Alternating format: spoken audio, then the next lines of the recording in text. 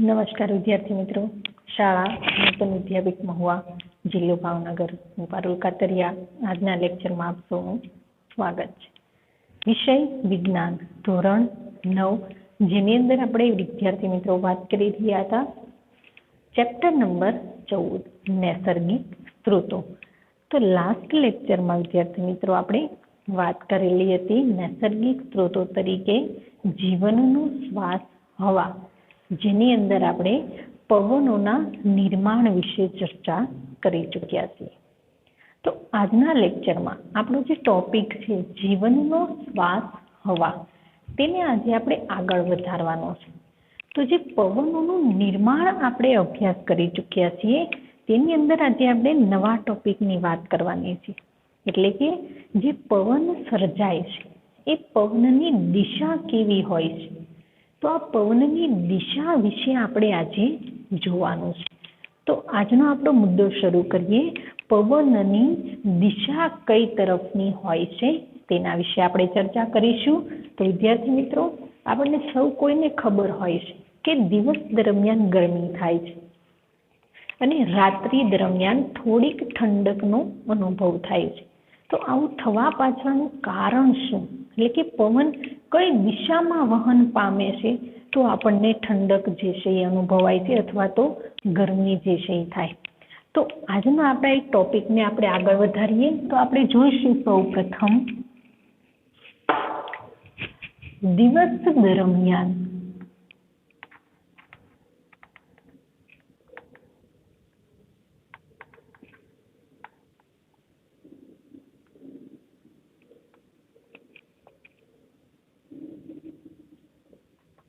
પવનની ગતિ.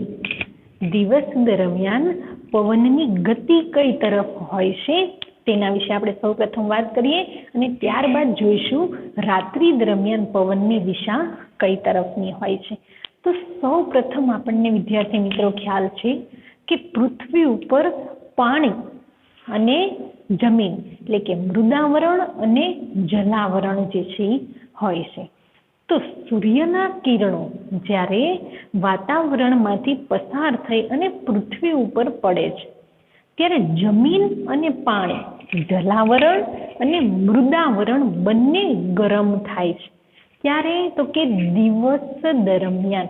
તો સૌ પ્રથમ આપણે અહીંયા દોરી અને થોડીક સમજવાની ટ્રાય કરીશું. તો સૌ પ્રથમ આપણે દોરીશું અહીંયા દરિયો.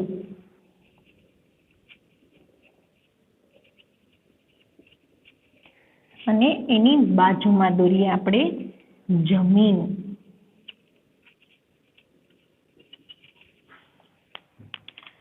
હવે દરિયો અને જમીન દિવસ દરમિયાન સૂર્યપ્રકાશ થાય એટલે અહીંયા આપણે લખીએ સૂર્ય. હવે સૂર્યના કિરણો પૃથ્વી ઉપર એટલે કે જમીન ઉપર પણ પડે છે અને પાણી ઉપર પણ પડે છે. આના વિશે આપણે ચર્ચા પવનનું નિર્માણ ભણી ગયા ત્યારે કીધું હતું. તો એ જે મુદ્દાની આપણે ચર્ચા કરી તેમાં વિદ્યાર્થી મિત્રો લાસ્ટમાં આપણે એક સેન્ટેન્સ શીખ્યું હતું કે પવન જ્યારે નિર્માણ થાય છે એટલે કે આપણે લહેરના નિર્માણ વિશે વાત કરી હતી. તેની અંદર આપણે છેલ્લે કીધું હતું કે જમીન જે છે એ દરિયા કરતાં વધારે ઝડપથી ગરમ પણ ફટાફટ થાય છે અને ઠંડી પણ ઝડપથી પડે છે. જ્યારે પાણીને ગરમ થતાં પણ વાર લાગે છે અને ઠંડુ પડતા પણ વાર લાગે છે. તો હવે જ્યારે દિવસ દરમિયાન સૂર્યપ્રકાશ હશે તેના કિરણો જમીન અને પાણી બંને પર પડે છે ત્યારે બંને વસ્તુઓ ગરમ થાય છે. પરંતુ ઝડપથી કોણ ગરમ થાય છે? જમીન ઝડપથી ગરમ થશે. પાણીને ગરમ થતાં વાર લાગશે. એટલે પાણીની ઉપર જે છે એ વધારે સૂર્યપ્રકાશના કિરણો જે છે એ આપાત થશે. સૂર્યના કિરણો જમીન ઉપર પણ પડે એટલે જમીન જે છે એ કેવી થશે? અહીંયા આપણે લખીએ ગરમ હવા. કેવું થશે? ગરમ હવા. સૂર્યના કિરણો જ્યારે દિવસ દરમિયાન જમીન અને પાણી પર પડે છે ત્યારે જમીન ઉપરની હવા એટલે કે આ જમીનની સપાટી તેની ઉપરની હવા ઝડપથી ગરમ થાય, કારણ કે જમીન ઝડપથી ગરમ પણ થાય અને ઝડપથી ઠંડી પણ પડે છે. તો જમીન પરની હવા ઝડપથી ગરમ થશે, અને ઝડપથી ઠંડી પણ પડશે. એટલે શું થશે? તો કે આ હવા, ગરમ હવા જે છે એ ઉપરની તરફ ઉઠે છે. ક્યાં ઉઠે છે? ઉપર વાતાવરણમાં ઉઠે છે. તો અહીંયાથી શું થઈ ગયું?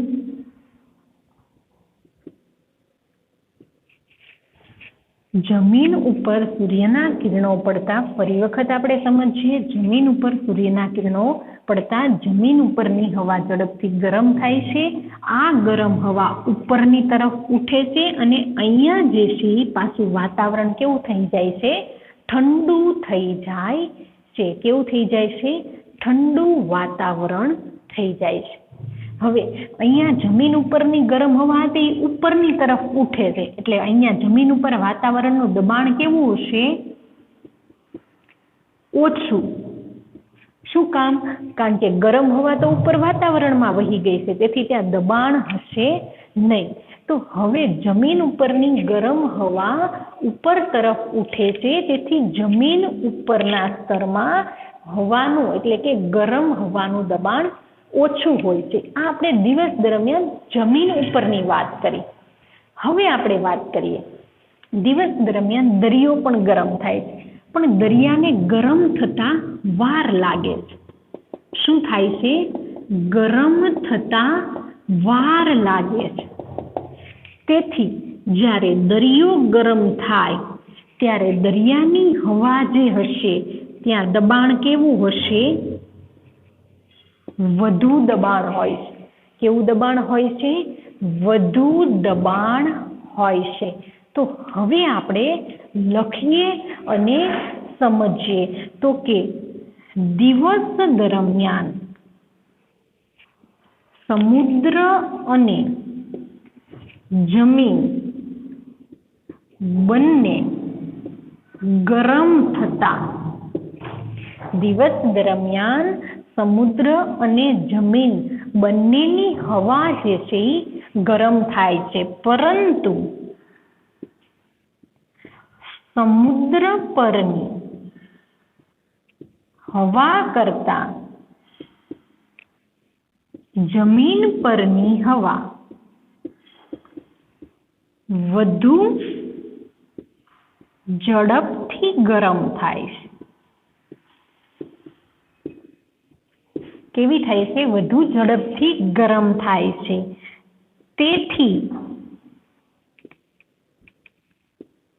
જમીનની હવામાં વધુ દબાણ ઉત્પન્ન થાય છે. ત્યારબાદ આ ગરમ હવા ઉપર તરફ ઉઠે છે. ઉપર તરફ ઉઠે છે. કઈ? તો કે ગરમ હવા.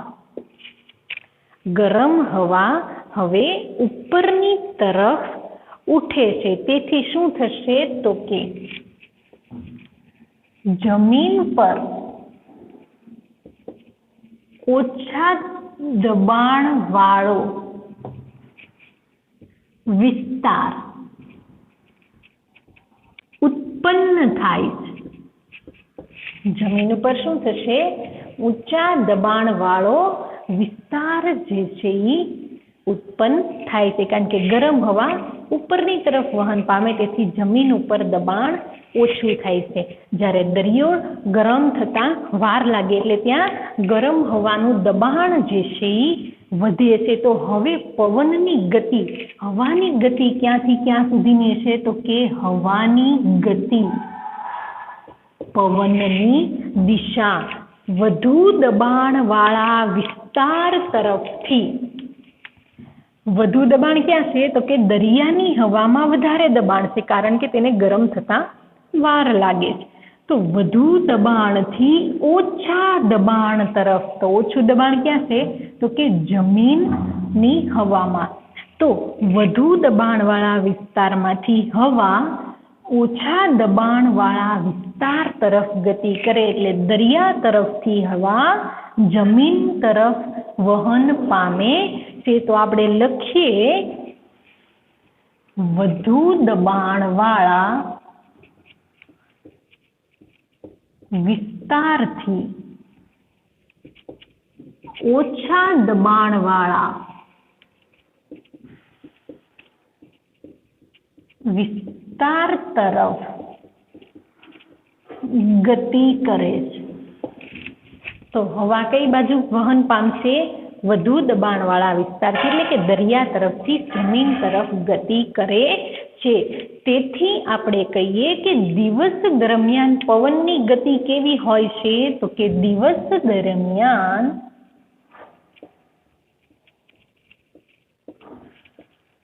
પવનની દિશા હોય છે સમુદ્રથી જમીન તરફ પવનનું વહન થાય છે. તેથી આપણને દિવસ દરમિયાન સમુદ્ર કિનારે ઠંડક જે છે એ વધુ જોવા મળે છે ને રાત્રિ દરમિયાન દરિયાકાંઠે આપણને થોડી ગરમીનો અહેસાસ થાય છે. તો વાત કરીએ આપણે દિવસ દરમિયાન પવનની ગતિ, પવનની દિશા ક્યાંથી ક્યાં સુધી હોય? તો કે દિવસ દરમિયાન પવનની દિશા સમુદ્રથી જમીન તરફ વહન પામે છે. એટલે આપણને દિવસ દરમિયાન જે છે એ સમુદ્ર કાંઠે ઠંડકનો અનુભવ થાય છે. આવી જ પરિસ્થિતિ રાત્રિ દરમિયાન પણ સર્જાય છે. ક્યારે સર્જાય છે? રાત્રિ દરમિયાન. તો આપણે અહીંયા જોઈએ, ફરી વખત આપણે બે જે છે એ પાર્ટમાં ડિવાઈડ કરીએ. રાત્રિ દરમિયાન પવનની ગતિ. તો રાત્રિ દરમિયાન સૂર્યપ્રકાશ હોતો નથી. રાત્રિ દરમિયાન શું થશે? સૂર્યપ્રકાશ હોતો નથી, પરંતુ રાત્રિ દરમિયાન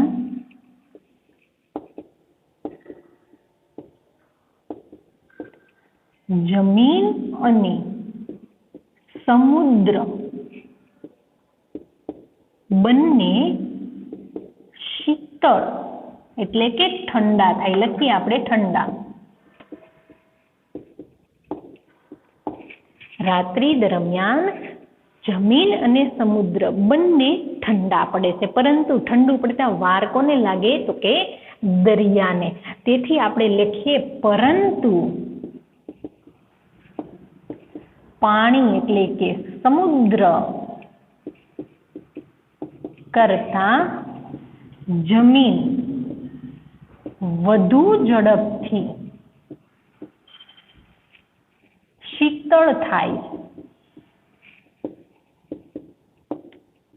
એટલે કે ઠંડી પડે છે. હવે જમીન ઉપરની હવા જે છે એ ઝડપથી ઠંડી પડે છે. ઝડપથી ઠંડી પડશે એટલે અહીંયા જમીન ઉપર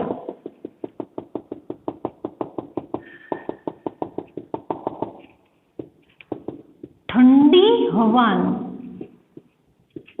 દબાણ વધે. રાત્રિ દરમિયાન જ્યારે જમીન ઝડપથી ઠંડી પડે, ઝડપથી શીતળ થાય છે, ત્યારે જમીનની ઉપરની હવામાં ઠંડી હવાનું દબાણ વધે છે. જ્યારે રાત્રિ દરમિયાન સમુદ્રને ઠંડો થતા વાર લાગે, તેથી ઠંડી હવાનું દબાણ ઓછું હોય. કેવું હોય છે? ઓછું હોય છે. તેથી હવે આપણે જોઈએ જમીન પરની હવા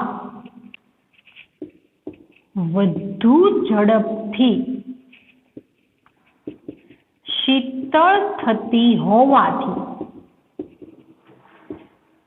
ત્યાંની હવાનું દબાણ વધારે હોય છે, અથવા તો રાત્રિ દરમિયાન જમીન પરની હવામાં શીતળ એટલે કે ઠંડી હવાનો દબાણવાળો વિસ્તાર વધે છે. કેવું થાય છે? તેથી ઠંડી એટલે કે શીતળ હવાનું દબાણ જે છે એ વધારે ઉત્પન્ન થાય છે. તેથી રાત્રિ દરમિયાન હવાની ગતિ સમુદ્ર તરફની હોય છે. હવે આ જમીન પરની હવામાં ઠંડી હવાનું દબાણ વધારે છે, અહીંયા ઓછું. તો હવે હવા કઈ બાજુ વહન પામે? વધુ દબાણવાળા વિસ્તારમાંથી ઓછા દબાણવાળા વિસ્તાર તરફ ગતિ કરે. તેથી રાત્રિ દરમિયાન પવનની ગતિ કેવી હોય છે? તો અહીંયા આપણે લખીશું રાત્રિ દરમિયાન પવનની ગતિ હોય છે. ક્યાંથી ક્યાં ગઈ? આપણે અહીંયા જોઈએ આકૃતિમાં, આ જમીન છે અને આ દરિયો છે. તો રાત્રિ દરમિયાન પવનની દિશા ક્યાંથી ક્યાં? જમીનથી દરિયા તરફની હોય છે. તો જમીનથી સમુદ્ર તરફની ગતિ હોય છે. તો આપણે વાત કરી રાત્રિ અને દિવસ દરમિયાન પવનની ગતિ વિશે. તો એક માર્કની અંદર આપણે યાદ રાખીશું કે દિવસ દરમિયાન પવનની દિશા તો કે સમુદ્રથી જમીન તરફની હોય છે, જ્યારે રાત્રિ દરમિયાન પવનની દિશા એટલે કે ગતિ જમીનથી સમુદ્ર તરફની હોય છે. તો આ બંને જે છે એ ટૂંકનોંધ આપણને પૂછાય કે પવનની દિશા વિશે સમજાવો તો આપણે દરિયાઈ પવન અને જમીન તરફ. શું કામ? કારણ કે રાત્રિ દરમિયાન જે છે એ પવનની દિશા ક્યાંથી ક્યાં હોય? તો કે દરિયાથી જમીન તરફ હોય. તેથી આપણને જો દરિયાઈ અને જમીનના પવનો પૂછાય તો આપણે આખી ટૂંકનોંધ જે છે એ વર્ણવવાની રહેશે. તો આને દિવસ દરમિયાનના જે પવનની દિશા છે તેને દરિયાઈ પવનો કહે છે અને રાત્રિ દરમિયાન પવનની ગતિ છે તેને જમીનના પવનો પણ કહેવામાં આવે છે. હવે આ જે પવનની ગતિ છે, હવાની ગતિ છે, એ કોના ઉપર આધાર રાખે છે? તો અહીંયા આપણને ખ્યાલ આવે છે દબાણ અહીંયા દર્શાવેલું છે. શું દર્શાવેલું છે? દબાણ. અને સૂર્યમાંથી આવતા સૂર્યના કિરણો કે જે તાપમાન વધારે છે એના કારણે પૃથ્વી અને પાણી ગરમ થાય છે.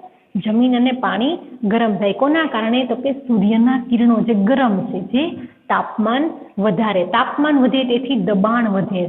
તો આ પવનની દિશાનું વહન થવાનું કારણ તો કે તાપમાન અને દબાણ. તો અહીંયા આપણે લખીએ હવાની ગતિ કોના ઉપર આધારિત હોય છે? તો કે આ હવાની ગતિ જે છે એ તાપમાન અને દબાણના કારણે ઉત્પન્ન થાય છે.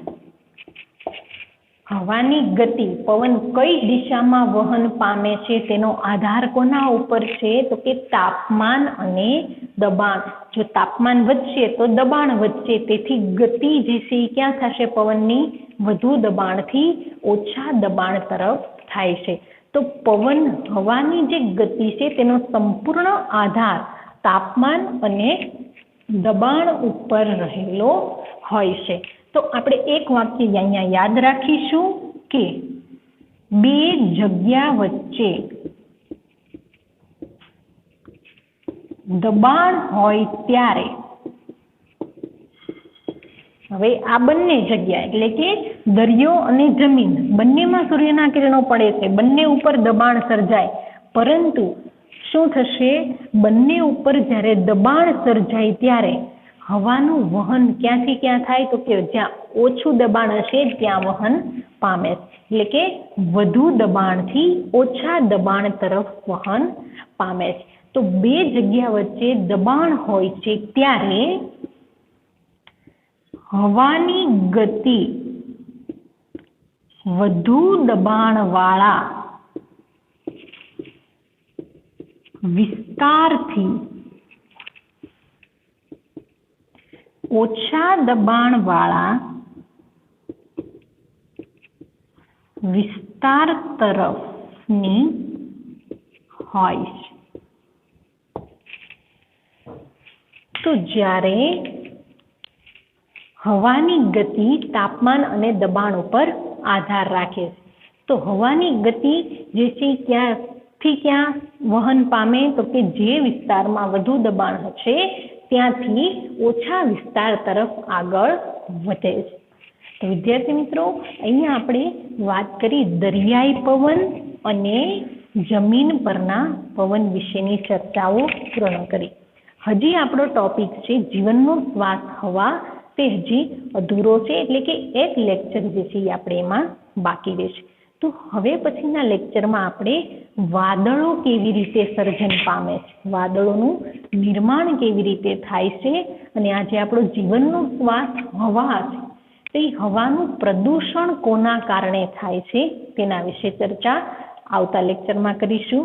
તો આજનો આપણો લેક્ચર અહીંયા પૂર્ણ કરીએ. વધુ માહિતી માટે અને નવા ટોપિક સાથે ફરી પાછા મળશું આવતા લેક્ચરમાં. ત્યાં સુધી અસ્તુ. જય હિન્દ.